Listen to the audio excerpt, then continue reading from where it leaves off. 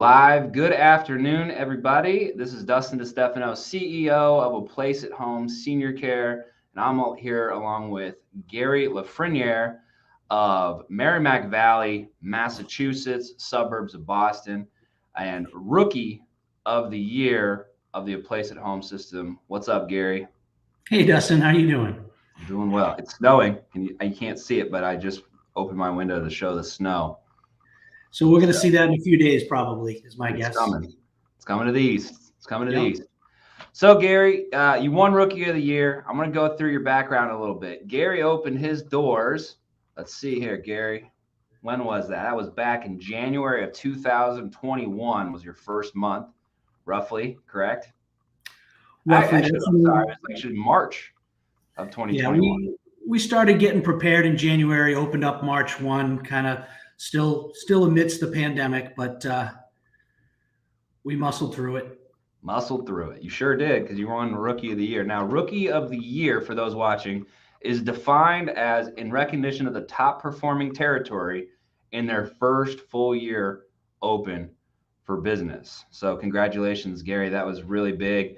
A couple of things about Gary. Just recently, Gary joined the $1.5 million club, in which his business exceeded the monthly annualization of about $1.5 million of revenue. Right, Gary? Yep. Big day. Big day. And you said you opened March 2021, and that only puts you in about a year and a half of doing that, a little bit over. So congratulations on that. That's awesome. Secondly, Gary's rolling customer satisfaction, 3-month rolling customer satisfaction percentage is 94%.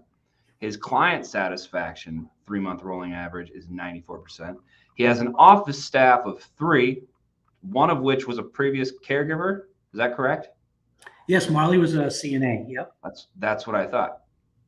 And that just goes back to last week. We talked about how A Place at Home offers opportunities to all of our caregivers to grow within our organization. Great model.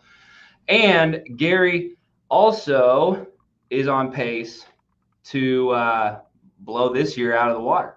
So congratulations, Gary. I think I nailed it all on the head here. Let's jump right into it with some questions on, we always like to ask this question. Back in January 2021, maybe 3 or 4 months prior, you were looking into franchises. What franchises did you look at? Let's start there. We looked at Right at Home, Home Instead. And prior to that, we were actually looking at different industries. But once we narrowed it down to in-home care, it was those 2 plus A Place at Home. Awesome. So we finished in the top 3 with those that have over 200 plus locations, and Home Instead is actually the largest in the world. I have no problem in saying that. But we're coming. So with that being said, why did you choose A Place at Home over that? Don't say because territory was available, because that'll hurt my feelings. No, not at all. No, it was, it was a couple factors, Dustin, and it really was, you were the third one we talked to. So we talked to the other 2. So I had a base of much larger franchises. And when I ended up talking to you and Jared initially and looked at the company philosophy that you guys, their core values that you guys uphold, it matched up really well with what my wife Ariana and I believe in, what we wanted to get involved with. And I really didn't feel that from the other franchises. So after we got past meeting you guys, then got to meet, the magic behind the curtain there, the team behind the scenes.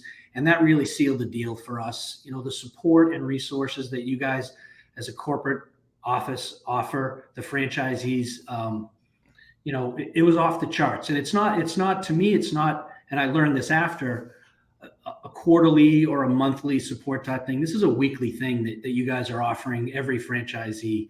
And that's something that was really important to us, all while allowing us the flexibility as owners to kind of run the business the way we want to. I'm in Massachusetts, right? I'm going to run it a little different probably than someone in Omaha or in Texas. It's just a different region, a different area, different things work. And you guys allow us the flexibility, but also the support and resources at corporate that made it a perfect match. Yeah, it was crazy. I think you and Dina signed before you, right? Is that right? Yeah, right around the same Pennsylvania. right Yep. around the same time frame. She broke the seal of the Northeast. Then you followed in the Northeast. Then we had Jessica in New Jersey followed in the last year. So now we have some nice presence up in the Northeast, and us as a franchisor, we weren't prepared for the one thing in the Northeast. I mean, we were prepared. We've seen it. We've looked at it, but live-ins was a big thing up there. I remember in your first year, we had a lot of conversations on what that looked like. Yeah. And you did a few live-ins.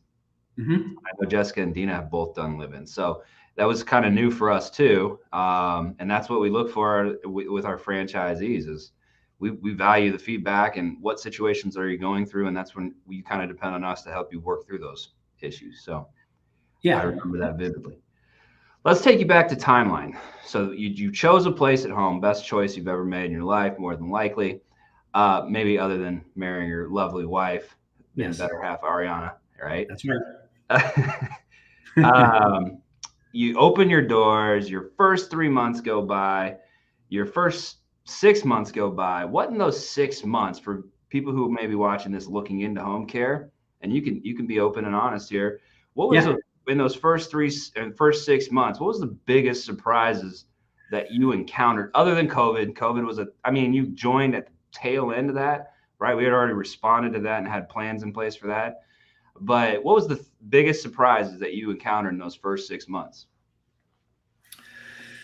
I think it was the roller coaster ride that it is, right? The ups and downs, Mm-hmm. and it's not like a corporate world where you're looking at performance on a quarterly, annually, kind of a monthly basis. To me, this business is a weekly, and I like it because I like to be in tune and in touch with everything on a weekly basis. So that was fine for me. I think stabilizing our caregiver roster was probably one of the bigger challenges that I was expecting a challenge, but it was harder than I thought.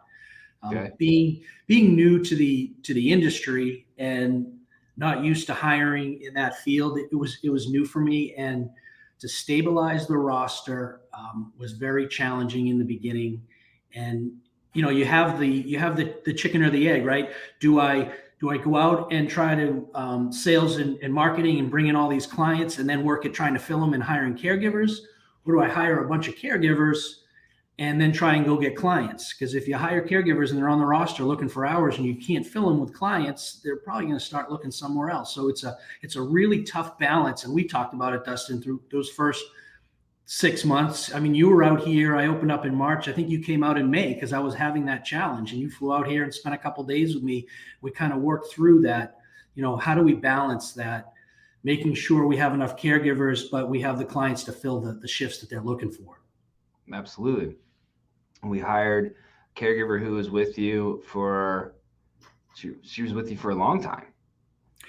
We actually, in that process, hired Marley, who ended up being my first coordinator, right? And now she's our recruiter and retention coordinator. So I flew out there. We hired like 3 different people, got your office on track, and here you are. I got to take all the credit for that. So that's awesome. And you rewarded me by putting me up in a hotel that caught fire at night, and I had to go out and sleep in the van in the rain. That was terrible. I apologize. That will never happen again. I got a better place for you next time. You can come stay at my house. All right, fair enough. And for all full disclosure, the place was not on fire. A fire alarm got pulled, and it was pouring rain, and I had to go sleep in my minivan at 3 a.m. And I still made at 9 a.m. to your office to help Gary build his business. So never forget that. It's the stories we'll never forget, right? Nope. So with those struggles, right? Let's take a step back. You said it's a roller coaster of a ride. I think I always explain it to you as this is kind of like the stock market. You're going to have ebbs and flows. You're going to have ups and downs. You're going to have 100 billable hours. You're going to go to 20 billable hours. You're going to go to 200 billable hours. You're going to 120. And right now you're in that same not funk, but you're in that same position where you're in the mid $25,000s to $30,000 billing a week. Or not mid 30s, low high 20s, and our goal right now is to break 30. Once we break that 30 barrier, then we're on to the 35. I think we learned how that rolls. So how did you overcome these challenges that you get? Breaking the barriers, growing, scheduling. What was your mindset, and how did you focus, and what was your plan of action?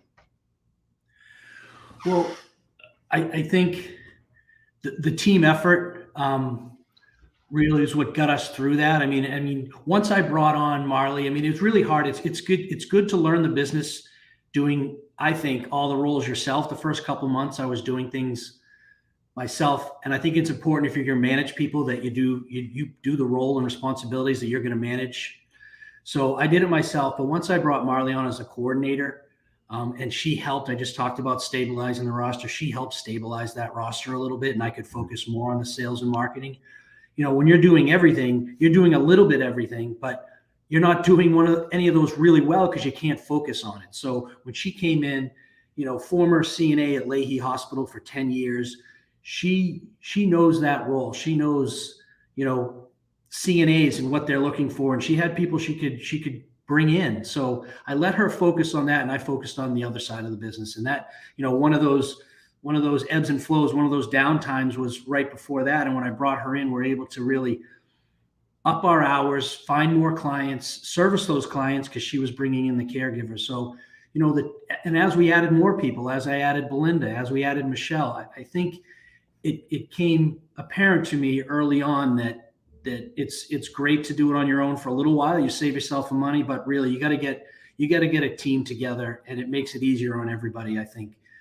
So you can focus on the things that you need to focus on and that you do well. Absolutely. I'm glad you brought that up. So actually, after you and Dina went through that little phase where it was like us trying to convince you to bring on office staff, we've never really, I mean, we've always held people accountable, but it wasn't a contractual obligation in our franchise agreement. In 2022, we actually added that after an owner hits 100 billable hours a week, they must hire office staff. Because what happens is, and it happened to you, and you see that, is that you get to that 100 hours a week, you've done all this sales and marketing, the chicken before the egg, you've hired all these people, you've got this thing and set. Then you get your first 5 to 7 clients, and then you're sucked out of the marketing, out of the sales, right into operations. Right. Lead flow starts to drop. You're spinning this way, you're spinning that way. You're missing things. I know you had to have missed things, maybe even lead calls that cost you business that you forgot to follow up with a prospect because you're sitting there dealing with a fire, right? And then hiring that person to alleviate that, taking that part over is going to take you to the next level. And that's what happened with you. Once Marley came on, you broke that barrier and went into a whole new different level, right? Yep. Yep. And I think that played a huge part in Rookie of the Year. Am I wrong? Or absolutely. That's when it took off. And I started to build, I talk about this, you know, with the team, we build the foundation. I started to build a foundation, one, of caregivers, good, reliable caregivers. The turnover rate was slowing down. It wasn't a high turnover, and build a foundation of clients too, that we can build off and add to. So yeah, I mean, early on when it was just me, I cringed at thinking this, but a lead would come in and I'd be like, oh, like I wouldn't be excited because I'd be like, I don't know how I'm going to fill this. Like I feel bad type of thing. And now, you know, we don't have that concern, and just keep adding to the foundation, I guess, is what we've been doing. That helped us get through it. Absolutely. And one thing I want to mention too, Gary, and you might be able to help me with this, is the current prospect in the last year and a half since COVID has really shifted from, I would say, owner operator, someone who wants to be in the business day to day. Now we look for those 100%. Those are what we target.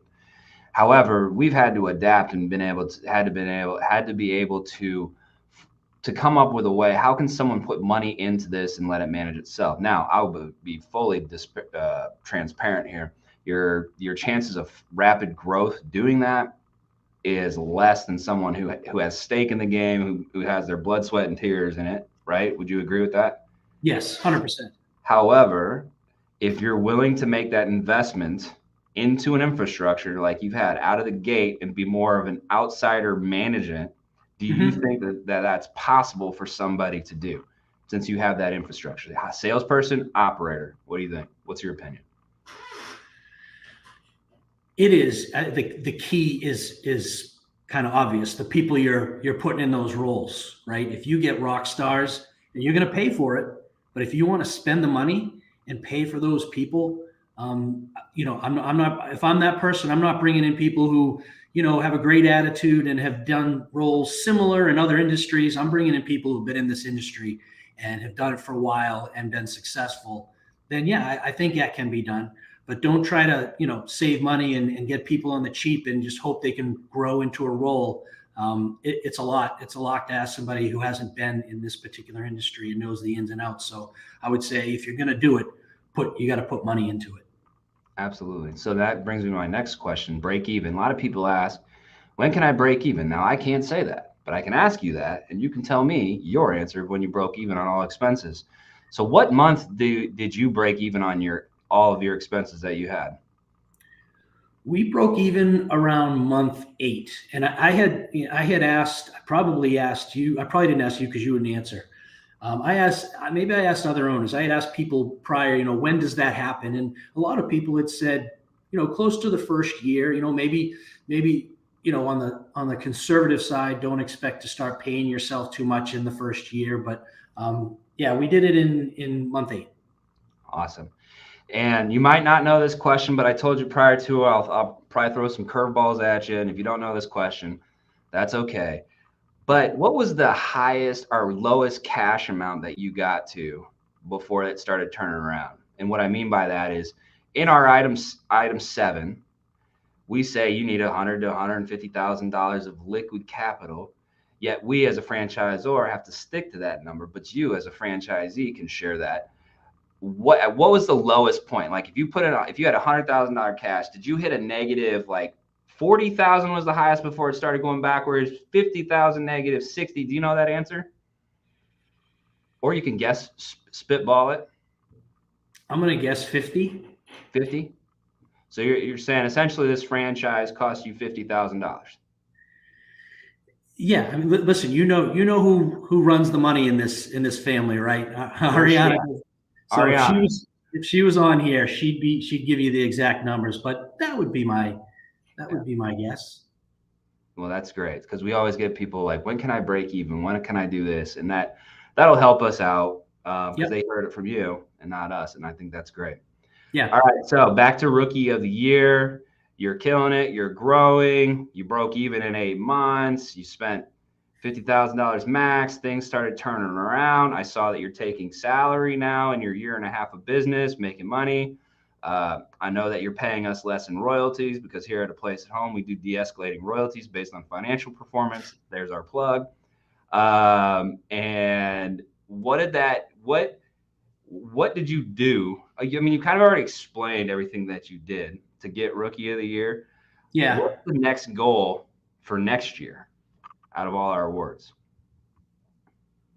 Well, let me still answer that question because I don't think I have really mentioned it in that, rookie of the year kind of sounds like an individual award, right? I mean, if you think of in a sports sense, it's individual stats, numbers, whether it's baseball or rookie of the year.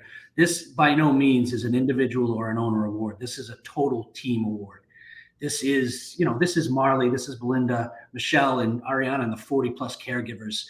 I can set the goals and the direction of the business, but if they don't execute on this stuff, then we don't win that award. So it's the reasons we won it is absolutely the contribution of the team and how well the team works together. It's not, Belinda has her role, Marley has her, and they just have their head down and they focus on that. If Belinda's scheduling and she's got, we get a 24/7 client that comes out of nowhere and we got to start scheduling it for tomorrow, I can guarantee you Marley's picking up the phone and making calls and they're brainstorming and I'm coming in and we're talking about it. So it's a total team effort for that award. So I just want to, as far as, it's not an individual award at all. And I think that combined with the way that we as a team communicate to our clients and potential clients and we treat them, we're in a business where we're taking care of loved ones. We're not selling, we're not putting a new roof on their house or doing, HVAC work in their home. We're actually taking care of a loved one. So the way we communicate with them, it's not business-like, it's a conversation. So I think stuff like that was very important too. That turns into word of mouth. People appreciate the conversations we have with them and they understand that we're passionate about this. And word of mouth, I'll say in the last 6 months has really increased for us a lot. Awesome. Building that foundation. So you're through, like I always say, year one is chaos. Can you agree with that? Yeah. Yeah. Year two is organization. Are you organized in this year two of yours? Absolutely. And year three is coming, right? You're going to be entering year three here soon. And that is full-blown execution. So, like you said, you had to set goals, visions.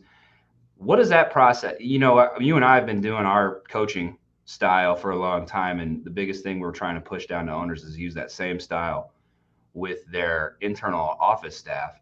Yeah. What does that look like? How do you set your goals? What does that picture look like so that you can get them all on the same page going into this next year? Sure. So we have a spreadsheet. It's got the goals on it. It's got the yearly goal. It's got the quarterly goal, and it's got weekly to-dos and kind of goals for us. Because I said this is a weekly business, right? We bill every week, we pay every week. So week to week it can be up and down. So every Monday afternoon, I have a meeting with the team, and we go through the goals that we've set for the week. We look how we're doing for the quarter to hit the quarterly goals, but we talk about weekly goals, things that happened the past week and things we want to get accomplished this week. And we go through it, however long it takes. And so they understand, the whole team understands what we're trying to do. It's not just me and you, Dustin, talking about the numbers and the goals, and I know what's going on and they don't. The whole team knows what we want to get to. And I think, that makes them feel more part of the success that we're having, because they know what they need to do. And when we look back at the previous week and said, this was the goal we set and we hit it, and you feel that sense of accomplishment. So, that's kind of long-term goals. What we're looking at now that, after the award and going forward is we're going to continue to build off this strong foundation we have now, caregivers and clients. And we're looking at different ways to increase, say, our referrals right now. We're going to really start targeting the rehab facilities and partnering with them. We have some here and there that we've provided care for their clients, and they send us people, but we're going to try to expand that. We're going to try to expand our VA footprint, getting the VA sending us more people, and discharge planners. So that side of it, we want to increase that, and we're looking to increase, obviously, then we're going to need to increase the caregiver roster. So we're going to invest in that. We invested in the Google AdWords, Anna helped us set that up. A local nursing programs at the colleges around here, we're going to start to partner with. So, the chicken and the egg, you want more clients, you got to have more caregivers. So we're going to be working on increasing both. Absolutely. And referral marketing is one thing I would say in the last 6 months, the whole organization has really started to put a refocus on. Again, during COVID, we invested in a lot of online presence and lead generation to bring in people Googling for in-home services. But now we're back. I wouldn't say old school. There's still new school to the old school. But like when I used to go out, I would meet case managers, social workers, discharge planners. We just integrated an unbelievable tool of Care Insights, right? Where you can now collect data on patient outcomes so that you can go out and have technology behind the care that you're providing and data to provide those referral sources of the impact your services are having on their lives, right? I know Michelle's been learning that. Yep. I didn't have those. I did not have those 4 or 5 years ago. So we're back to the old school with a new school kick. And I'm excited to see all you guys use that information. I know our marketing team is trying to get some good data collected so we can make some images for you. And you're going to be poised for supreme growth in the next year for sure. Do you concur? Sorry. Yeah, no, yeah. I think it's impressive that we could go in with that information and that data. Like I'm sure they're going to be surprised. It's data they don't have. They wouldn't be able to produce. And I think it's really, really important. It just shows we know what we're doing and we care. We're not just saying, hey, send us referrals, or saying to our clients, hey, we want you to increase your hours. The Care Insight stuff can support, what we're trying to get across to them, and it's for their benefit. Absolutely. So we got about 5 minutes left, and I have the one question I asked it earlier, and I want to reiterate that is, So let's say today's a new year. You have your 3 office staff members. What's your big, hairy, audacious goal for next year? And this could be personal. This could be business wise. This could be, I don't know, anything that you want. What is that? What does success look like from this point forward to the end of this next year?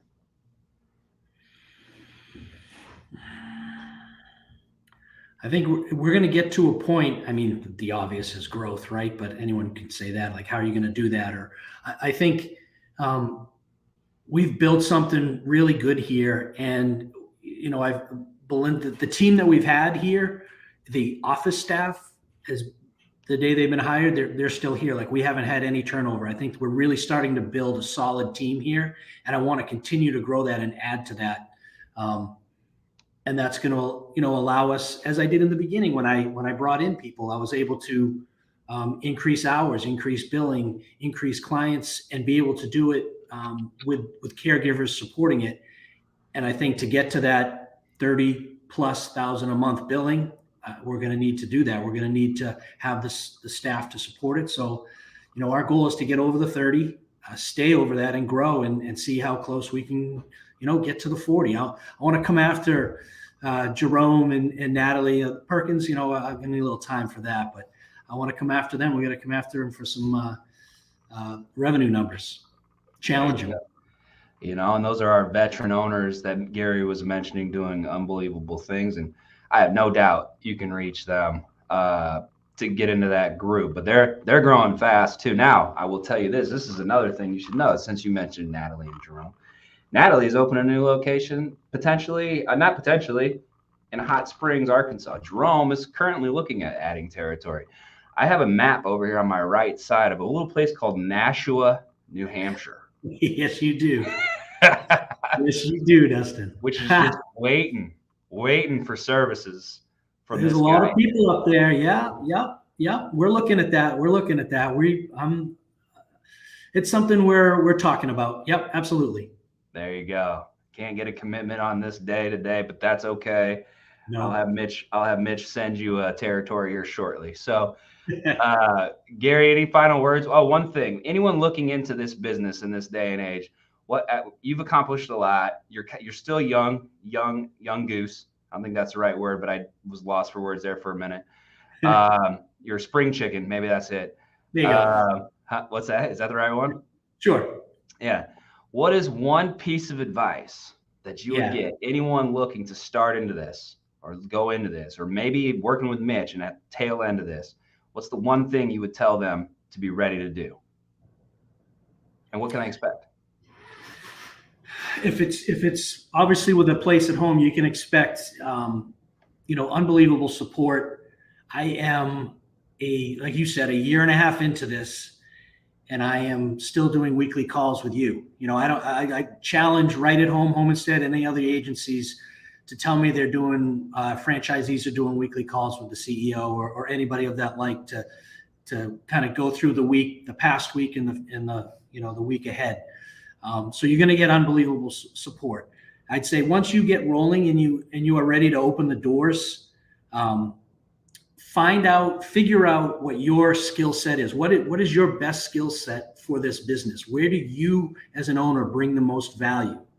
And then once you do that, you want to focus on that and then build a team around you to fill the other roles and the other skills needed. Don't try to do something that you think you need to do because you're the owner, but maybe you're not the best person for it. I was doing the scheduling and coordinating and managing the caregivers, and I had never done that job before. Marley came in here with 10 years experience. She knew how to talk the talk of CNAs. She knew how to communicate better with them. And she came in here and stabilized everything. And I got out of that and I went over to the sales and marketing side. So figure out what your value is to the company. Don't try to do it all. And then build a team around the other roles and have people who are good at that take care of those responsibilities. All right. Absolutely. I think that's for sure. And I think we do a good job as a franchisor of pinpointing those weaknesses per owner and strengths and saying, all right, this is what you need to focus on and we need to offset you with this. Right. Yep. Now to take a step back, I know, and I appreciate everything that you said, that you still get to do coaching calls with myself. I'm always available going forward. And yes, you are my active coaching call. But we have a great teammate in Aubrey as well coming on here that has been coaching a lot of our newbies and does that. And she's been trained by myself and our team on how to hold those. So I want to give a shout out to Aubrey. I know you haven't really worked directly with her in terms of coaching, but what can you say about Aubrey? Because I see her watching on here. I have not on coaching, but I've worked with Aubrey a lot from the marketing side. She's awesome. Don't lose her. Whatever you got to pay her, she needs a raise, Dustin. How about that? All right. Whatever you got to pay her to keep her, you have to. That completely backfired. All right. She's one person, and she has probably a lot of people calling on her. And I'd say I've never waited more than an hour for a response from Aubrey, even if it's I can't right now, but I'll get to it type of stuff. She's great. Don't lose her. I won't. Me and Aubrey have been together for a long. She's laughed. There's a delay, and she just laughed through the wall. And we also have Danny, our operations and support specialist. Yep. She does our onboarding. What can you say about her and her role? Since we're talking about everyone here. Yeah, I could say all the same exact things for Danny. And Danny also works with Ariana a little bit from the financial side. Yep. She's saved our butt a bunch of times. And just when I started out and we were trying to learn the technology of Clear Care and everything like that, Danny was always there guiding us through that. And she's been great. Another one who responds right away. I swear I've never waited for more than an hour for anybody from that office except you to get back to me. Yeah. So Danny's great. I do have an assistant now. I know. She can go, her name is Mariana, and she can go right to the top. No, I'm kidding. I'll always be there for you. And I always do try to call you within an hour. I know. You're busy. Yeah. So, well, Gary, I appreciate your time, sir. I've loved watching your journey. Been in burning buildings for you. And I'd go in another one for you, man. Thank you. I appreciate it. I know you will. That's the great thing. I know you will. All right. Thanks, and have a great day, everybody. All right. Thanks, Dustin. Bye.